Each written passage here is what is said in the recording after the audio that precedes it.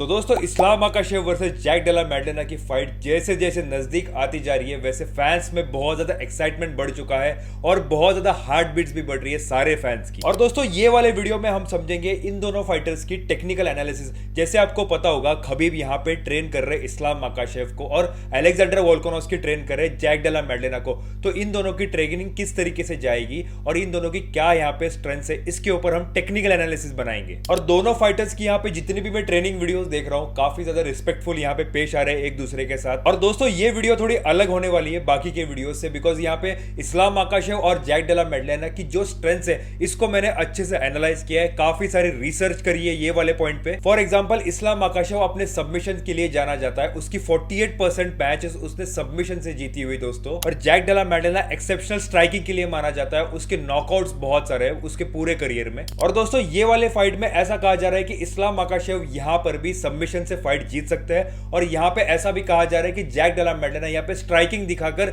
इस्लाम माकाशेव को नॉकआउट कर सकते हैं। तो ये पूरा हम पैटर्न्स जो ये फाइटर्स डालते हैं अपने मैचेस में इसको डिटेल में समझाऊंगा आपको। और ये वीडियो आपको जरूर पसंद आएगी दोस्तों, आप एंड तक जरूर देखना और कमेंट सेक्शन में अपना ओपिनियन भी जरूर डाल देना। और ऐसा यूएफसी और कॉम्बैट रिलेटेड अपडेट्स के लिए चैनल को सब्सक्राइब कीजिए।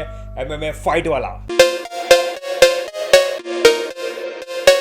तो सबसे पहले हम बात करते हैं दागेस्तानी बीस्ट इस्लाम माकाशेव के बारे में। इस्लाम माकाशेव को एक मैं कंप्लीट एमएमए फाइटर मानता हूं, उसके पास वो सारी स्किल्स है जो एक एमएमए फाइटर के पास होनी चाहिए। और इस्लाम माकाशेव ने जो स्किल्स यहाँ पे डेवलप की है समय के साथ, अगर आप रेशियो देखते हो 48% उसने फाइट्स अपनी सबमिशन से जीती हुई दोस्तों, मतलब 27 फाइट्स में से 13 फाइट्स उसने सबमिशन से जीती हुई है। और पास्ट की जितनी भी इस्लाम माकाशेव की फाइट्स हुई है उसको उठाकर मैंने यहाँ पे रिसर्च किया है, काफी एनालाइज करी है चीजें। और यहाँ पे पास्ट वाली फाइट्स को एनालाइज करके मैं आपको बताऊंगा किस तरीके से इस्लाम माकाशेव पैटर्न्स लगाता है, किस तरीके से वो सबमिशन को अटेम्प्ट करता है, किस तरीके से वो सबमिशन को इनिशिएट करता है। और दोस्तों इस्लाम माकाशेव के सबमिशन के ऊपर मुझे जोर इसीलिए देना पड़ रहा है बिकॉज ऐसा कहीं ना कहीं लग रहा है कि जैक डेला मैडलेना सबमिट होने के चांसेस ज्यादा है बिकॉज इस्लाम माकाशेव का रिज्यूमे भी यही कहता है। और दोस्तों इस्लाम माकाशेव डार्क चोक के मास्टर है दोस्तों। मैं यहाँ पे आपको एक्सप्लेन करूंगा किस तरीके से कुछ मैचेस में इस्लाम माकाशेव ने डार्क चोक से जीती हुई है दोस्तों।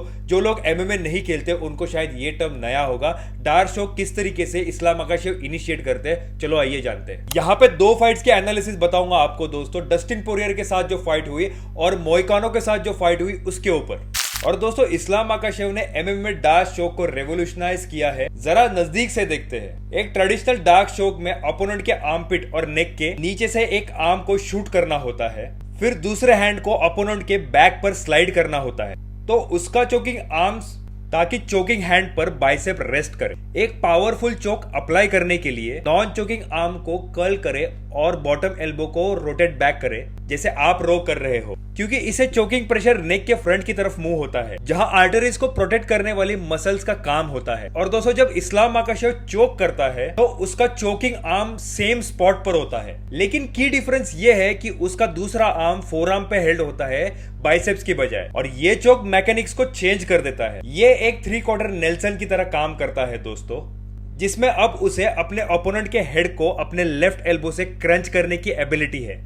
ये अपने ओपोनेंट को उनके साइड पर रोल करने के लिए इनक्रेडिबली यूजफुल है, लेकिन ये चेक को भी एनहांस करता है क्योंकि ये ओपोनेंट के नेक को उसके फोरआर्म से पुश करता है, ऑलमोस्ट एक पेयर ऑफ सीजर की तरह। इसीलिए जब वो फिनिश के लिए जाता है तब वो ट्रेडिशनल डार्स की तरह रोटेट करने के बजाय अपने आर्म्स को सक करने और क्रंच करने में ज्यादा कंसर्न होता है। इस मेथड का सिर्फ एक डिसएडवांटेज है दोस्तों, और वो ये है कि उसका चोकिंग ग्रिप ट्रेडिशनल फिगर 4 से कम सिक्योर होता है। लेकिन इसमें एडवांटेज ये है कि फ्रंट हेडलॉक से चोक में ट्रांजिशन करना बहुत ही फास्ट होता है क्योंकि उससे अपने हैंड्स की कॉन्फ़िगरेशन चेंज नहीं करनी होती। हम देख सकते हैं कि जब वो फ्रंट हेडलॉक में होता है तो उसके पास उसका चोकिंग ग्रिप ऑलरेडी होता है, उसे बस अपने आप को अपने ओपोनेंट के साइड पर शिफ्ट करना है और रोटेट करना है ताकि वो अपने आर्म शूट कर सके जहां वो चोक राइट वे अप्लाई कर सके। इस मेथड में उसे अपनी चोकिंग आर्म को डीप शूट करने में भी जरूरत नहीं होती, जो एमएमए में पर्टिकुलरली यूजफुल है क्योंकि वो बल्कि ग्लोव्स यूज करते हैं। और दोस्तों ये था पूरा एनालिसिस इस्लाम माकाशेव के ऊपर। अब बात करेंगे जैक डेला मैडलेना के बारे में।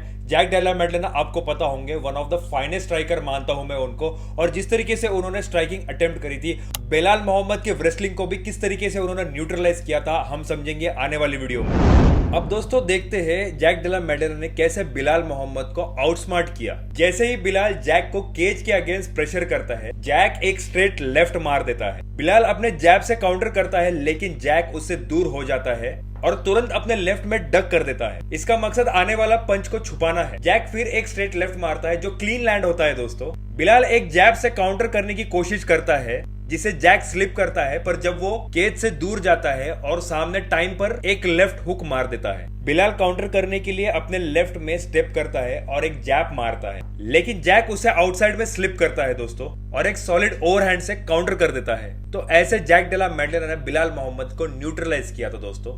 और दोस्तों अब समझते हैं जैक डेला मेडलेना इस्लाम माकाशेव को रेसलिंग को कंट्रोल करने के लिए, आउट स्ट्राइक करने के लिए किस तरीके से जिजुत्सु का इस्तेमाल कर सकते हैं। जैक डेला मेडलेना के पास डिवीजन में बेस्ट टेकडाउन डिफेंसेस में एक है और उसने ये one of the best grappler के अगेंस्ट दिखाया दोस्तों। इस केस में जैसे ही जैक एक जैब मारते हैं, बिलाल उसके नीचे डिप करता है और टेकडाउन के लिए शूट करता है। इवन तो जैक बिलाल में वापस ड्राइव करने की कोशिश करता है, बिलाल एक हाफ गार्ड सिक्योर करने में मैनेज करता है। अब यहाँ से जैक अपने लेफ्ट फुट को मैट पर प्लांट करता है और उससे स्ट्रांगली अपने लेफ्ट में ब्रिज करने के लिए यूज करता है, जिससे बिलाल उसी डायरेक्शन में गिर जाता है दोस्तों। जैक अपने आर्म्स का यूज बिलाल के अपर बॉडी को दूर पुश करने के लिए करता है। वो फिर अपने नी को अंदर लाता है और उसका यूज अपरवर्ड किक करने के लिए करता है। बिलाल की लोअर बॉडी को पुश करता है। जैक फिर अपने लेफ्ट आर्म को पोस्ट करता है नीज पर आने के लिए। तो दोस्तों ये था पूरा फाइट एनालिसिस, किस तरीके से यहाँ पे फाइट जा सकती है। यहाँ पे 50-50 सिनेरियोज है, पर यहाँ पे कहा जा रहा है कि इस्लाम माकाशेव सबमिशन निकाल सकते हैं। तो जैसे मैंने आपको बताया एग्जांपल में किस तरीके से सबमिशन निकल सकती है। और जैक डेला मेडलेना के बारे में जैसा कहा जा रहा था कि वो नॉकआउट निकाल सकते हैं, जी हाँ, उनके हाथ में वो डायनामाइट जैसी पावर है कि वो नॉकआउट निकाल सकते हैं इस्लाम माकाशेव का दोस्तों।